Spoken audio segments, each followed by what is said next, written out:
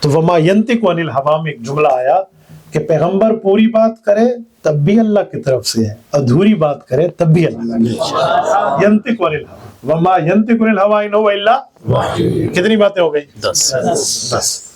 نطق کا اطلاق مکمل جملے پہ نہیں ادھورے جملے پہ ہوتا ہے، عمومی قاعدہ ہے، کوئی قاعدہ کلیہ نہیں ہے۔ انسانوں کے قاعدے کلیہ ہیں، ٹوٹ بھی جائیں تو قاعدہ عمومی ہے، قاعدے ٹوٹ بھی جاتے ہیں۔ دیکھیں بہت سے قواعد ایسے ہیں، جو اعتراض آپ کر رہے ہو میرے دماغ میں ہے، میں اب اعتراض بھی سمجھا دیتا ہوں۔ جو قواعد بتائے جاتے ہیں نا وہ اکثری ہوتے ہیں، کلی نہیں ہوتے۔ میں ایک جملہ آپ سے پوچھتا ہوں، مجھے بتائیں افواج کس کی جمع ہے؟ اس کا وزن جمع قلت کا ہے جمع کثرت کا ہے؟ جمع کثرت کا۔ جمع کثرت ہے جی، سوچ لو، جمع قلت کے کتنے وزن ہیں؟ 6۔ میں نے الحمدللہ نحو کی شروحات لکھی ہیں، صرف پڑھا تھوڑی۔ جمع قلت کے 6 وزن ہیں، اس کے علاوہ جمع کثرت ہے، ایسے ہی ہے۔ اب جمع قلت کے کون کون سے وزن ہیں؟ عقل بول، افعول، عقل بول اس کا، ہاں آگے افعال، آگے فعلۃ جیسے غلمۃ، آگے مسلمون مسلمات بغیر الف لام کے ہیں۔ ان میں سے کس وزن پہ افواج؟ جمع قلت افعال، جمع قلت ہے، رائٹ ہو گیا، جمع کثرت نہیں ہے۔ تو جمع قلت کا اطلاق کتنے پہ ہوتا ہے؟ قلت 3 سے لے کر 9 تک۔ تو یدخلون فی دین اللہ افواجا، کیا مانا؟ اللہ کے دین میں 9 بندے آئے تھے، کیا مانا ہے؟ فوج در فوج آئے تھے۔ تو ادھر نحوی قاعدہ ٹوٹ گیا، تو پتہ چلا قاعدے اکثری ہوتے ہیں، کلی نہیں ہوتے۔ منطق کے اعتراض کا جواب ہو گیا۔ یہ نہ کہ تمہارا قاعدہ ٹوٹ گیا ہے یار، یہ کسی سوال جواب میں چل پڑے، میرے دماغ میں آ رہا تھا یہ بھی حدیث کی ویلیو، یہ بھی اوہ اسے موقع گیا، چلو یہ 10 بہت ہے، 10 بہت، ہاں دل کا عشرۃ کاملہ۔ ایسے 2 اور بھی میرے دماغ میں آ رہے تھے، چلو جانے دیں۔ تو حدیث پاک اتنی بڑی ویلیو اپنے اندر رکھتی ہے، تو آپ اس کتاب پڑھنے کے لیے بیٹھے ہیں، اپنے دماغ میں رکھیں کہ ہم حضور کے فرمان کے لیے بیٹھے ہیں، پہلی بات۔ دوسری بات، حدیث پاک جو ہے نا، حدیث جو ہے، جو بندہ حدیث پڑھتا ہے، یاد کرتا ہے، سنتا ہے، آگے سناتا ہے، اس کا چہرہ بھی خوبصورت ہوتا ہے، اس کی زندگی بھی خوبصورت ہے۔ کیوں؟ حضور کی دعا ہے، آپ کو یاد ہوگی، سمع مقالتی فحفظها ووعاها وأداها كما سمع۔ حضور نے اس کی دعا دی ہے۔ اسی لیے ایک بات کہوں، اب میں قاریوں سے کوئی اختلاف نہیں کر رہا، لیکن ایک جملہ سمجھاتا ہوں۔ قاریوں سے لوگ ڈرتے ہیں، شیخ الحدیث کے قریب بیٹھے ہوتے ہیں، حالانکہ قاری شیخ الحدیث سے بڑی کتاب پڑھا رہا ہے، ایسے نہیں ہے، وہ شیخ القرآن بنا ہوا ہے، لیکن اس سے لوگ ڈرتے ہیں کیونکہ قرآن میں ہیبت ہے، اور حدیث والے کو نظر اللہ مبران کی دعا ہے۔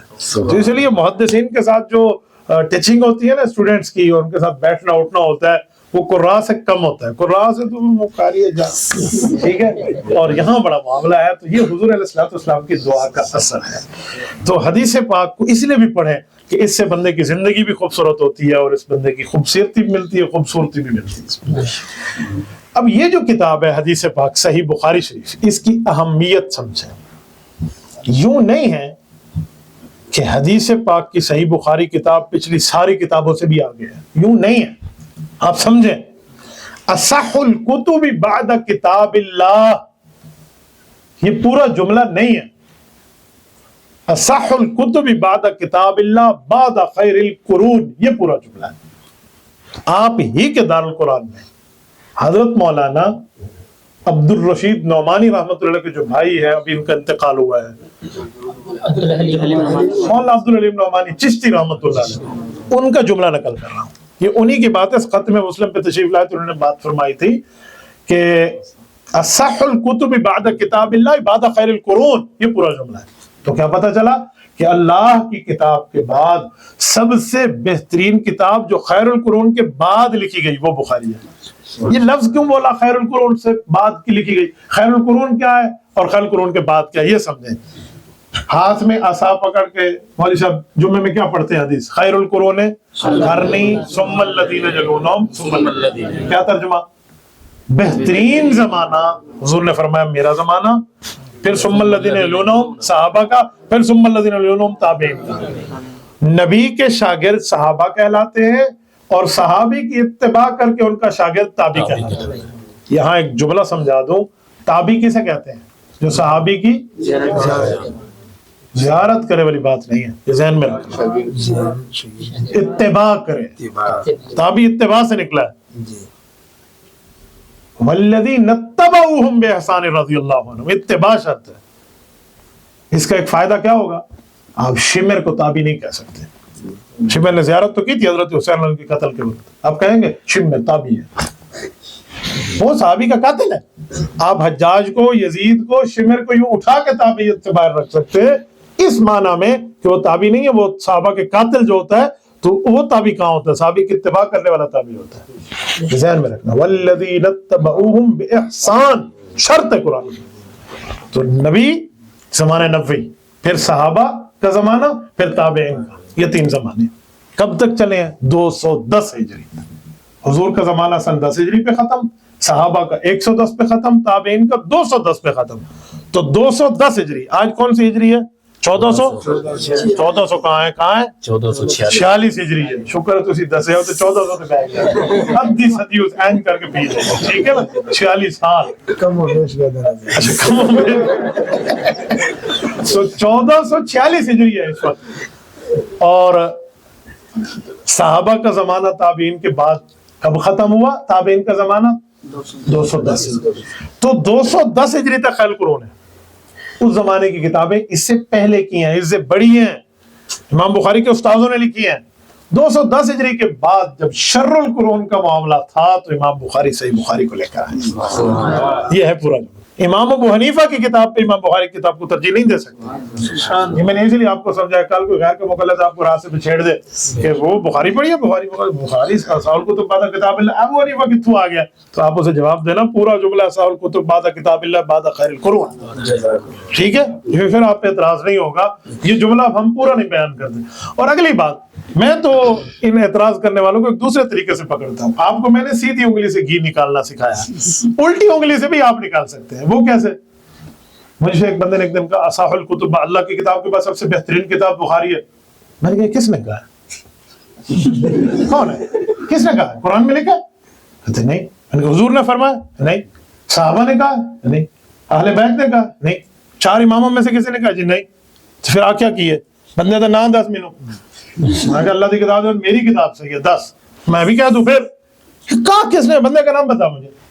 اب وہ تو بغلیں جھانکے بیچارہ نا، کیونکہ آپ جب دوسرے کے اس پہ حملہ کریں گے، اے کلاشنکوف ہے، اے تو یہ لکڑی کی بنی ہوئی گن ہے، تو وہ تو سوچنے لگے گا کہ میگزین لگی ہے نہیں لگی، وہ تو پریشان ہو جانا۔